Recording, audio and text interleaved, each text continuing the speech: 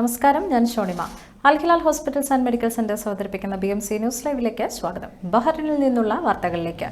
രാജ്യത്തെ തൊഴിലാളികൾക്ക് സുരക്ഷിതമായ തൊഴിലന്തരീക്ഷം പ്രോത്സാഹിപ്പിക്കുന്നതിനും തൊഴിലപകടങ്ങൾ കുറയ്ക്കുന്നതിനും ബഹ്റിൻ പ്രതിജ്ഞാബദ്ധമാണെന്ന് നിയമകാര്യമന്ത്രിയും ആക്ടിംഗ് തൊഴിൽ മന്ത്രിയുമായ യൂസിഫ് ഖലഫ്.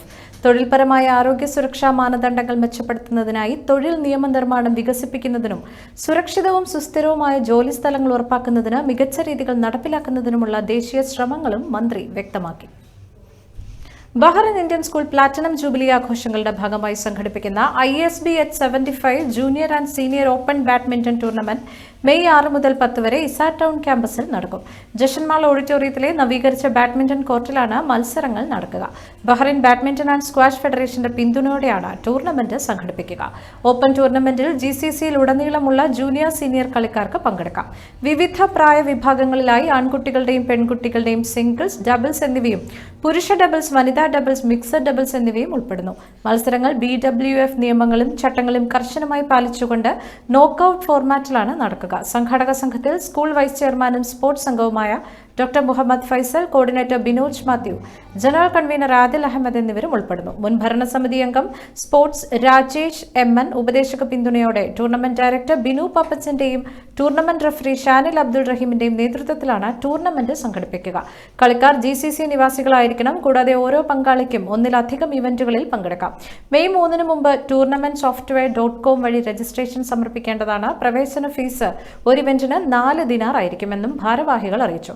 രജിസ്ട്രേഷനോ കൂടുതൽ വിവരങ്ങൾക്കോ ടൂർണമെന്റ് ഡയറക്ടർ ബിനു പാപ്പച്ചനെ 3911989193, ടൂർണമെന്റ് റഫറി ഷാനിൽ അബ്ദുൾ റഹീമിനെ 37746468 എന്ന നമ്പറിലോ ജനറൽ കൺവീനർ ആദിൽ അഹമ്മദിനെ 39391310 എന്നീ നമ്പറിലോ ബന്ധപ്പെടാം.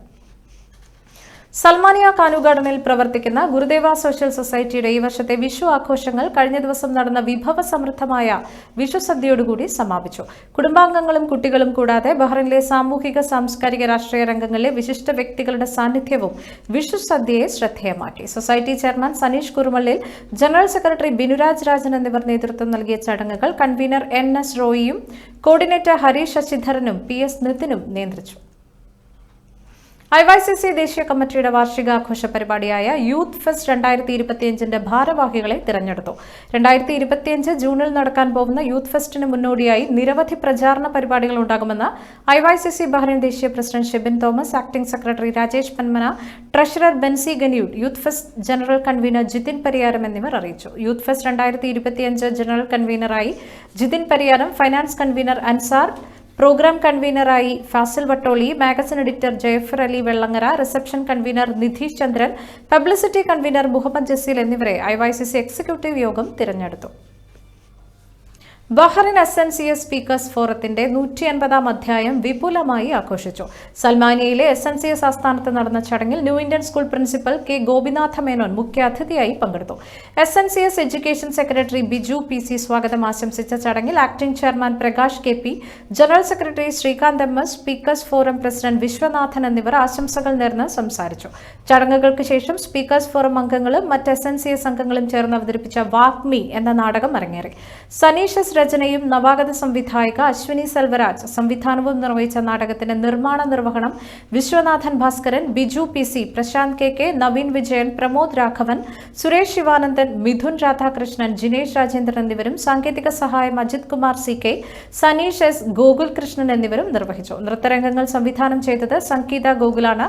നാടകത്തിന്റെ സംഗീത നിയന്ത്രണം അനുഷ്മ പ്രശോഭും, ദീപ നിയന്ത്രണം ഷിബു ജോണും, VFX വിനീത് രവീന്ദ്രനും നിർവഹിച്ചു. നാടകത്തിന് വേണ്ട മാർഗനിർദ്ദേശങ്ങൾ നൽകിയത് സജീഷ് തീക്കുനി ആയിരുന്നു. ചടങ്ങുകൾക്ക് പ്രശാന്ത് KK നന്ദി രേഖപ്പെടുത്തി. മോഹൻലാലിനെ നായകനാക്കി തരുൺ മൂർത്തി സംവിധാനം ചെയ്ത തുടരും എന്ന സിനിമ മനാമ എപ്പിക്സ് തിയേറ്ററിൽ കേക്ക് മുറിച്ചും ഫാൻ ഷോകൾ നടത്തിയും ഉത്സവ പ്രതീതിയിൽ ലാൽ KS ആഘോഷിച്ചു. പ്രസിഡന്റ് FM ഫൈസലിന്റെ അധ്യക്ഷതയിൽ ചേർന്ന ആഘോഷ പരിപാടികൾ കോർഡിനേറ്റർ ജഗത് കൃഷ്ണകുമാർ ഉദ്ഘാടനം ചെയ്തു. എപ്പിക്സ് സിനിമാസ് മാനേജർ മനോജ് ആശംസകൾ നേർന്ന് സംസാരിച്ചു. സെക്രട്ടറി ഷൈജു കമ്പ്രത്ത് സ്വാഗതവും ട്രഷറർ അരുൺ G നെയ്യാർ നന്ദിയും രേഖപ്പെടുത്തി. ഗോപേഷ് അടൂർ, വിപിൻ രവീന്ദ്രൻ, പ്രദീപ് ഹരി, അരുൺ തൈക്കാട്ടിൽ, ബിപിൻ, നിധിൻ തമ്പി, വിഷ്ണു വിജയൻ, വൈശാഖ്, അഖിൽ, നന്ദൻ, കിരീടമുണ്ണി, ഷാൻ എന്നിവർ നേതൃത്വം നൽകി.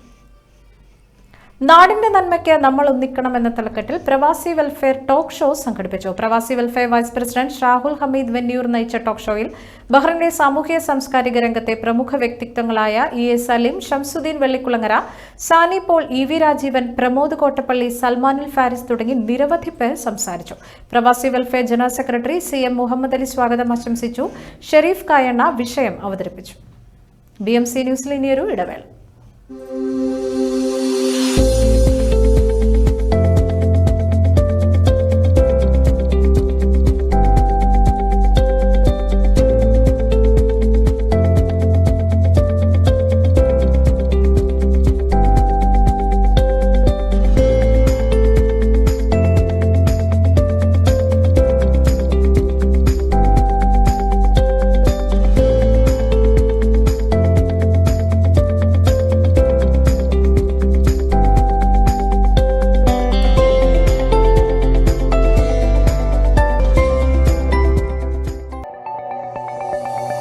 Our skin is the mirror of our soul.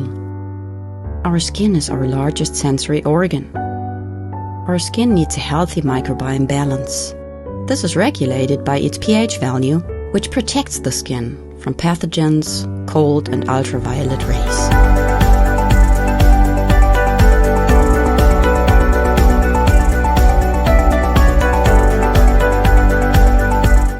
Sebamed protects your skin.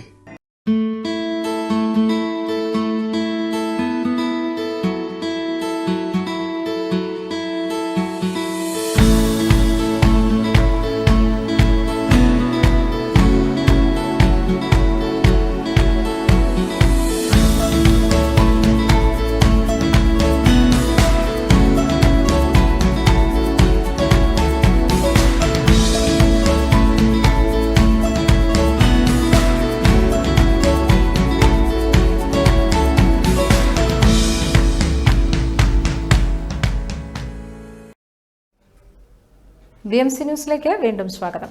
Bahrain കേരളീയ സമാജം ഇൻഡോർ ഗെയിംസ് വിഭാഗം സംഘടിപ്പിക്കുന്ന BKS open junior senior badminton tournament May 17 ആരംഭിക്കും.